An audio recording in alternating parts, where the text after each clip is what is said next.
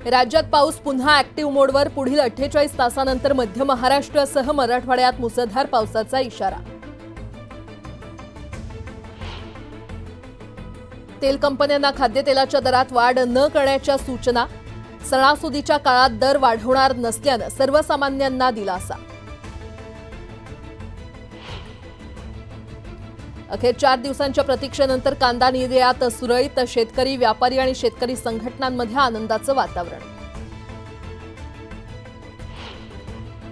यूट्यूबवर parental control feature launch. फीचरमुळे पालक आपल्या मुलाच्या यूट्यूबवर लक्ष ठेवू शकणार।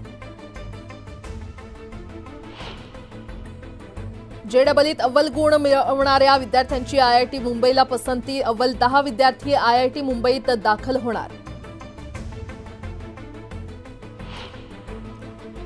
2 वर्षात ज्येष्ठ नागरिकांसाठी लोकलमध्ये स्वतंत्र डबा तर एका माल डब्याचं ज्येष्ठांसाठीच्या डब्यात रूपांतर। रेल्वे प्रशासनाची उच्च न्यायालयाला माहिती। एसटी महामंडळाच्या सर्व बसमधून महिला प्रवाशांना तिकीट दरात सवलत। योजनेतील सवलतीची रक्कम राज्य सरकार एसटी महामंडळाला देणार।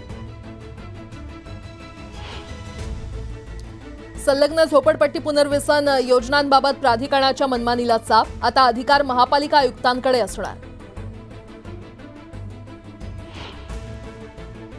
डीजे बंदीचा आदेश गणेशोत्सवापुरता मर्यादित नसून सगळ्याच मिरवणुकांना लागू। उच्च न्यायालयाची स्पष्टोक्ती।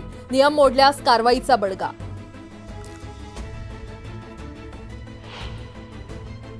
लेबनॉनमध्ये पेजरवर संदेश आल्यानंतर स्फोटांची मालिका। 11 जणांचा मृत्यू, 4000 जखमी। हल्ल्यामागे इस्रायलची मोसाद संघटना असल्याचा आरोप।